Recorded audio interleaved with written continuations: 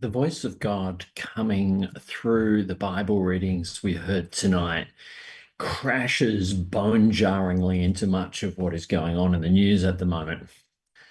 Perhaps that shouldn't come as a surprise. Gilbert drew our attention this week to the gracious and courageous sermon preached by the Bishop of Washington, Marianne Boud, as part of the US presidential inauguration ceremonies, and Donald Trump's enraged attack on her for so faithfully representing the clear teachings of Jesus.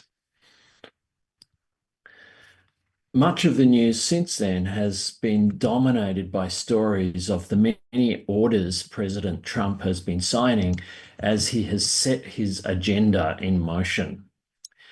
And in tonight's gospel reading, we heard Jesus setting out his agenda.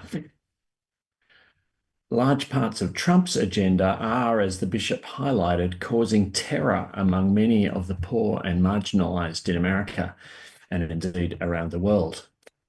Under the slogans of America First and Make America Great Again, President Trump and his supporters are pushing an agenda for America that involves purging it of those who they despise as alien, unworthy, and unwelcome, of those who Donald Trump has previously described as a poison in the veins of America.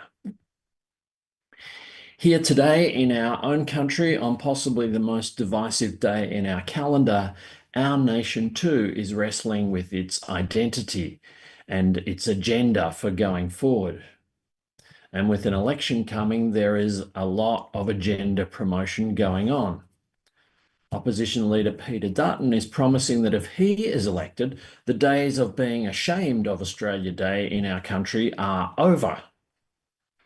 Once again, he's offered no specifics on how he would achieve that. And with researchers having identified 438 deliberate mass killings of Indigenous peoples in which more than 10,000 people were killed since the arrival of the First Fleet, it is hard to imagine how erasing the shame could mean anything other than erasing the memories and purging the dissenting voices. As the failed voice referendum showed last year, ignoring or suppressing those whose existence threatens our image of ourselves as wonderful, generous, welcoming nation is just as electorally popular here as it is in the USA.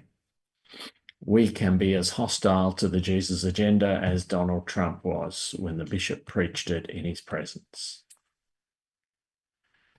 Part of how we have often resisted Jesus's agenda is to redefine it in very narrow, otherworldly terms that have little or no implications for politics, culture, or social policy. Most often, we have done that by seeing the mission of Jesus as being almost entirely focused on saving people's souls from ending up in hell. We're told that to avoid hell, we have to believe rightly and behave rightly, purifying ourselves and rising up against evil and religious impurity. And that evil and impurity has only been understood as being about personal behaviors, sexual morality and the like, rather than having anything to do with social and cultural structures and how they harm people. And the people thus defined as destined for hell for holding wrong religious beliefs or alien cultural practices or minority behaviors are then seen as threatening and contagious. We are then easily persuaded that we need to keep ourselves from being polluted by their poisonous company in order that we can continue to be the good, the chosen, the saved, the blessed. Well, it's only a tiny step from there to the kind of national social purges that Donald Trump and his supporters are getting so excited about, and which can similarly be found being expressed around many a flag-waving barbecue here in Australia today. Now, the main problem with thinking that Jesus' main agenda was separating the good from the evil to save us from hell is that it takes almost no accounts of how Jesus himself described his main agenda. In tonight's gospel reading, we heard Jesus setting out his mission statement in his first recorded public preaching in his hometown of Nazareth. He quotes from the prophet Isaiah, "The Spirit of the Lord is upon me, because the Spirit has anointed me to bring good news to the poor, sending me to proclaim release to the captives and recovery of sight to the blind, to let the oppressed go free, to proclaim the year of the Lord's favor." And then he opens his sermon by stating, "Today, this scripture has been fulfilled in your hearing." Or in other words, this is what we're on about. And now we are underway. And you are all invited to get on board. It is an Inauguration Day agenda statement. Now, we will hear the rest of what he had to say next Sunday, and we will hear that the result was that the people were so outraged that they ran him out of town and very nearly killed him on the spot. At first glance, you'd be excused for wondering why. He doesn't explicitly criticize or condemn anyone. If he'd been telling people that they were sinners destined to burn in hell, then you might understand their anger. But he doesn't say any such thing. There's no mention of hell at all, or of anyone being cut off or condemned or kicked out. The needy are going to hear good news. The oppressed and imprisoned are going to be set free. The blind are going to have their eyes opened, and the Lord's chosen time will be announced. It's not exactly the typical us and them revivalist rhetoric, but why would it provoke such a hostile response? What sacred cows are being threatened by this agenda? Quite a few, actually. Sometimes the crucial thing is what is not said. We all know how this works because we laugh about it with our politicians all the time. "Minister, can you promise us that poverty will be halved by this time next year?" "Well, can I just say that our government is absolutely committed to doing the right thing by all Australians and that our policies are the right policies for these difficult times, blah, blah, blah." That'd be a no then, wouldn't it? So perhaps the crucial thing about Jesus's agenda statement is not just what he says, but what he was expected to say, but declines to say. As Trump has shown us, the fast track to popularity is to amplify anger about the evil in the world and promise to set things right and punish the evildoers. Then those who think of themselves as the victims, the sinned against, which is usually all of us. If you noticed how even in a prosperous country like ours, almost everyone thinks that they are among the battlers. All of us will hear it as vindication because God's anger is being directed at our enemies, so we must be okay. We must be the good ones. And if we're not struggling with external enemies at the time, then we find internal ones and rail against the alleged evils of Sabbath breaking or alcohol or homosexuality or Islam or wokeness or undocumented asylum seekers or whatever it is this year. Now, this would be safe ground for a young revivalist preacher like Jesus. Breathe fire against whoever the people fear. God is coming to destroy them.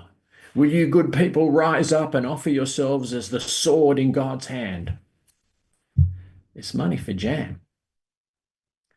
But Jesus is not looking for the easy path to popularity. He has just returned from the wilderness where the devil tempted him with the path of easy popularity. You can hear echoes of that in this story too. We're told that the eyes of all in the synagogue were fixed on him. So there's his opportunity. Say something popular. Do something miraculous like they'd heard he'd done elsewhere. The devil's temptations are continuing. But Jesus doesn't take the bait. In fact, he goes so far as to edit out the very bits the people are itching to hear. He ended his quote from Isaiah with, "To proclaim the year of the Lord's favor." But the very next words in Isaiah were, "and the day of vengeance of our God." There's your favorite revivalist rise up against God's enemies theme right there. That's what the people wanted to hear. But Jesus pointedly cuts it short, rolls up the scroll, hands it back to the attendant, and sits down. And as we will hear next Sunday, with all eyes on him and the opportunity to explain himself, he leaves no doubt that his editing was deliberate.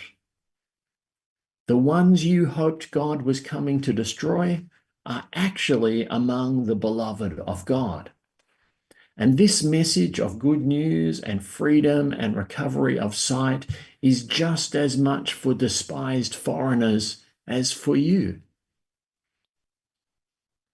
Now, if you want to know how well that sells, try turning up at an Australia Day rally with a big sign saying that God intends to show love and mercy to jihadi terrorists just as much as to flag-waving Australians, and see how long you last. Or turn up at a Christian family values rally with a sign saying that God has sent you to proclaim good news of welcome to the homosexuals and mercy to the abortionists. In stark contrast to the normal populist agenda of identifying and excluding the alleged targets of God's wrath, Jesus deliberately and systematically edits out references to vengeance and punishment and proclaims an agenda of gathering in the outcasts, the excluded, the despised, and the downtrodden. The very ones seen as dangerous pollutants who will corrupt pure religion and national identity. Jesus proclaims an emerging culture of radical love and mercy with no boundaries and no limits. Everyone, without exception, is invited to get on board. No one has to measure up before they are welcome.